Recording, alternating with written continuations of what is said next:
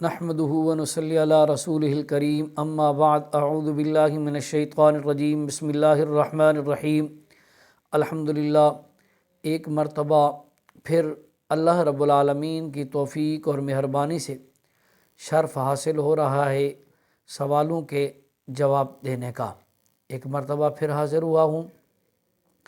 ایک ساتھی نے سوال کیا ہے کہ بندہ اپنی بیوی سے کسی بات میں اختلاف شروع ہوا تو جھگڑا شروع ہوا اور اس نے اپنی بیوی سے کہا کہ تو میری طرف سے فارغ ہے، آیا کہ اس سے طلاق واقع ہوگی یا نہیں ہوگی؟ جواب ذرا تفصیل سے سنیے۔ بیوی کو مذکورہ الفاظ تم میری طرف سے فارغ ہو کہتے ہوئے اگر شوہر کی نیت طلاق دینے کی نہ ہو اور نہ ہی طلاق کے متعلق کوئی بات چل رہی ہو تو ان الفاظ سے کوئی طلاق نہیں ہوتی، اور اگر طلاق کی نیت ہو یا مذکورہ طلاق ہو تو اس سے طلاق بائن واقع ہو جاتی ہے۔ لہٰذا صورت مسئولہ میں شوہر کا غصہ میں بیوی کو یہ الفاظ کہنا کہ تم میری طرف سے فارغ ہو، ان الفاظ سے ایک طلاق بائن واقع ہو گئی ہے، نکاح ٹوٹ چکا ہے۔ عدت کے اندر یا عدت کے بعد دونوں باہمی رضامندی سے گواہوں کی موجودگی میں تجدید نکاح کر کے رہ سکتے ہیں، ورنہ عدت کے بعد عورت دوسری جگہ نکاح کرنے میں آزاد ہوگی۔ تجدید نکاح کی صورت میں آئندہ شوہر کو صرف 2 طلاق کا اختیار حاصل ہوگا۔ فتاوی ہندیہ واللہ اعلم بالصواب۔ ایک ساتھی نے سوال کیا ہے کہ دعا کے وقت ہاتھوں کو اٹھانا اور پھر دعا کے بعد ہاتھوں کو چہرے پر پھیرنا یہ جائز ہے یا ناجائز ہے؟ جواب سنیے۔ دعا کے وقت ہاتھوں کو اٹھانا اور پھر دعا کے بعد ہاتھوں کو اپنے منہ پر پھیر لینا سنت ہے۔ سیدنا عمر رضی اللہ تعالیٰ عنہ سے روایت ہے کہ رسول اللہ صلی اللہ تعالیٰ علیہ وسلم جب دعا میں اپنے دونوں ہاتھ اٹھاتے تو انہیں اس وقت تک نہ رکھتے جب تک کہ اپنے منہ پر نہ پھیر لیتے۔ ترمذی شریف میں یہ حدیث موجود ہے۔ ایک حدیث میں ہے کہ حضرت مالک بن یسار رضی اللہ تعالیٰ عنہ راوی ہیں کہ رسول کریم صلی اللہ تعالیٰ علیہ وسلم نے فرمایا، جس وقت تم اللہ تعالیٰ سے دعا مانگو تو اپنے ہاتھوں کے اندرونی رخ کے ذریعے مانگو، اس سے اپنے ہاتھوں کے اوپر کے رخ کے ذریعے نہ مانگو، یعنی یوں کر کے دعا مانگو، یوں کر کے دعا نہ مانگو۔ ایک اور روایت میں سیدنا ابن عباس رضی اللہ تعالیٰ عنہما سے منقول ہے کہ آپ صلی اللہ تعالیٰ علیہ وسلم نے فرمایا، اللہ تعالیٰ سے اپنے ہاتھوں کے اندرونی رخ کے ذریعے مانگو، اور جب تم دعا سے فارغ ہو جاؤ تو اپنے ہاتھوں کو اپنے منہ پر پھیر لو تاکہ وہ برکت جو ہاتھوں میں اترتی ہے منہ کو پہنچ جائے۔ ایک اور حدیث مبارکہ میں ہے کہ صائب بن یزید رضی اللہ تعالیٰ عنہما اپنے والد مکرم سے نقل کرتے ہیں کہ نبی کریم صلی اللہ تعالیٰ علیہ وسلم جب دعا مانگتے اور اپنے دونوں ہاتھ اٹھاتے تو اپنے منہ پر دونوں ہاتھوں کو پھیرتے۔ علامہ طیبی کہتے ہیں کہ یہ حدیث اس بات پر دلالت کرتی ہے کہ نبی کریم صلی اللہ تعالیٰ علیہ وسلم دعا کے بعد ہاتھوں کو منہ پر اسی وقت پھیرتے جبکہ دعا کے وقت ہاتھوں کو اٹھاتے۔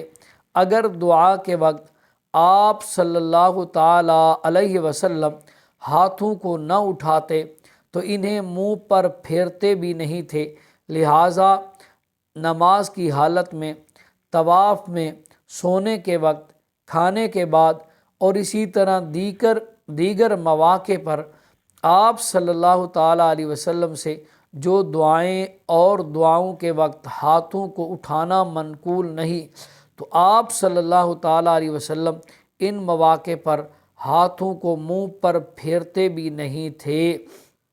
واللہ اعلم بالصواب۔ اور ایک ساتھی نے سوال کیا ہے،